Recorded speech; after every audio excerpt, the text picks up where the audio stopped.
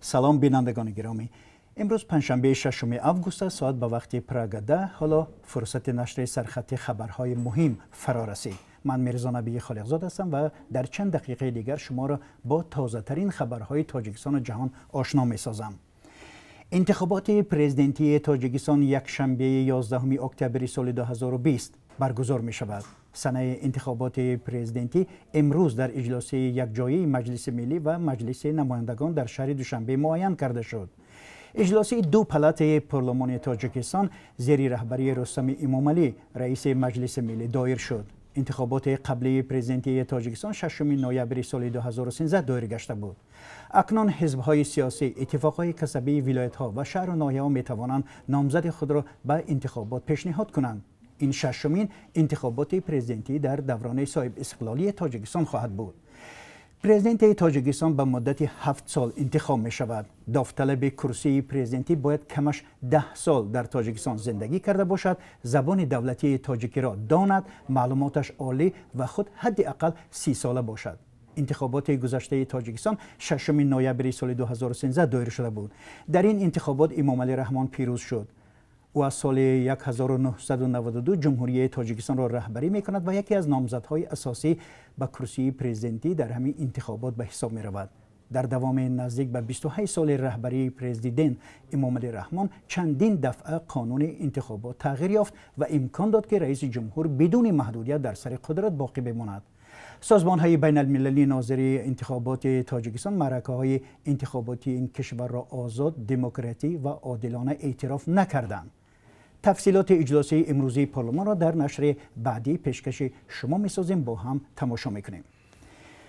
در دو حادثه جداگانه در مرز تاجیکستان با قرقیزستان یک افسر نیروهای مرزبانی تاجیکستان زخم برداشته و یک ساکن چارکوه اسفره به هلاکت رسیده است. خبرگزاری‌های قرقیزستان هم تنش در مرز را تصدیق کردند و نوشتند که در این حادثه یک مرزبان آن کشور زخمی شده است.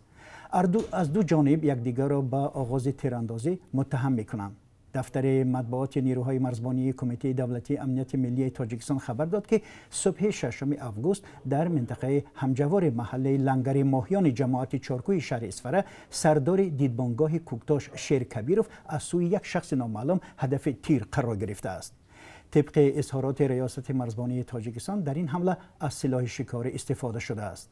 نیروهای مرزبانی تاجیکستان همزمان خبر داد که در یک حادثه همسان در 1 کیلومتری مرز با ولایت بادکن یک ساکن دهه سامانیان جماعت چارکو از تیر جانب قرقیزها به هلاکت رسیده است.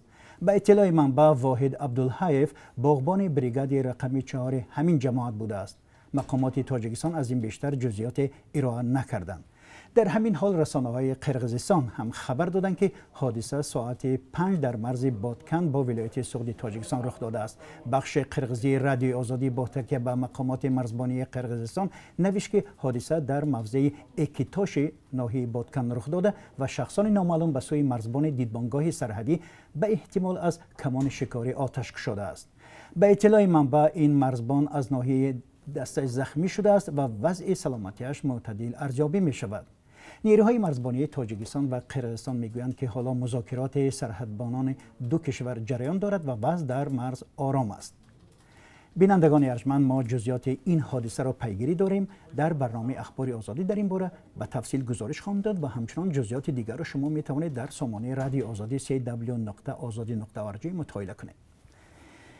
یک عده از مهاجران کاری از شهر و ولایت مسکو به رادیو آزادی نوارها فرستاده اصرار می‌ورزند که بعد از جنجال مهاجران با پلیس در بازار تیاپلستان شهر مسکو نهادهای حفظ حقوق و ترتیبات روسیه در مکانهای زیست و جای کار مهاجران تاجیک تفتیش شروع کرده بسیاری ها را بازداشت نمودند. خبرنگاران ما تلاش دارند سبب و انگیزه های این بازداشت ها را از نهادهای قدرتی روسیه و سفارت تاجیکستان در مسکو معین کنند. همچنان در برنامه اخبار درباره تجمع مهاجران در مرز روسیه و قزاقستان گزارش خواهیم داد که با هم ببینیم. ریاست وزارت کارهای داخلی در شهر دوشنبه فرهاد یوسفزاده جوان 24 ساله ساکن پایتخت و کارمند اکواپارک دلفین را برای دشنام و دغل گفتاری 406 سامان جریمه بست. با تفسیر مقامات ملیسا او از کار رانده شد. به اطلاع ریاست وزارت کارهای داخلی در شهر دوشنبه اطلاع داده است که یوسف زاده همچون متخصص اینستروکتور عاید به شناوری در مؤسسه فراغتی اکواپارک دلفین فعالیت کرده دختری را در نزد مادرش دشنام و حقارت‌های قبیح داده است. به اطلاع مقامات یوسف زاده در روز خاص آبازی زنان وارد اکواپارک شده بر علاوه در نسبت مشتری دغل گفتاری کرده است. با نظر داشته حالت مذکور مقامات در نسبت یوسف زاده با ماده 460 کودکس حقوق بیانکنی مأموری پرونده ترتیب داده 406 سامانی جریمه تعیین کرد. با پیشنهاد میلیسیا او از کار در اکواپارک رانده شد. وزارت تندرستی افغانستان روز چهارشنبه 5 آگوست با نشر گزارش گفت که در این کشور حدود 10 میلیون یعنی از یک حصه اهالی افغانستان به کرونا ویروس گرفتار شدند. با گزارش خبرگزاری فرانس پرس احمد جواد عثمانی وزیر تندرستی افغانستان در نشست مطبوعاتی گفت که این آمار پس از بررسی نتیجه های تست 2500 نفر در سراسر کشور به دست آمده است. این تست ها و بررسی ها که با کمک سازمان جهانی تندرستی انجام شده است تخمین میزند که اکنون 31.5% از اهالی افغانستان به این ویروس گرفتار شدند و بیشتری حالت های گرفتاری در کابل بوده است. کرونا ویروس در ماه فوریه سال جاری با بازگشت هزاران مهاجر افغان از ایران به کشورشان وارد شد. و حالا یک خبری ورزشی. پیشروان لیگ کسبی فوتزال تاجیکستان رقیبانشان را گلباران کردند. در دور چهارم لیگ کسبی فوتزال تاجیکستان که روز چهارشنبه 5 آگوست دایر گردید، پیشروان مسابقه سارا کمپانیا دوشنبه و سپری خوجند رقیبانشان را با حساب کلان شکست دادند. سارا کمپانیا در میدان خود بر رفشن کولا با حساب 12-0 غالب آمد. در هیئت دسته غالب امید کوزیف 4 گل و محمد رجبوف 3 گل زدند. سپر در مهمانی بر سمندری شهر ترسنزاده با حساب 13-5 پیروز شد. در دسته مهمان صابرجان گلکوف 5 گل به ثمر رسانده است. در بازی دیگر مهاجر دوشنبه در میدان خود استرافشن شهر استرافشان را با حساب 6-3 مغلوب کرد. 2 گل میزبانان را سمندر ریزاموف به هدف رساند.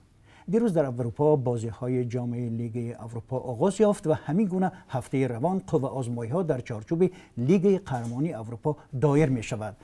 جای یادآوری است که از سبب کرانتین این مسابقه ها متوقف شده بودند و حالا با نظر داشت شرایط احتیاط از کرونا ویروس در ورزشگاه ها بدون تماشابین و یا با شمار خیلی محدودی تماشابینان برگزار می شوند.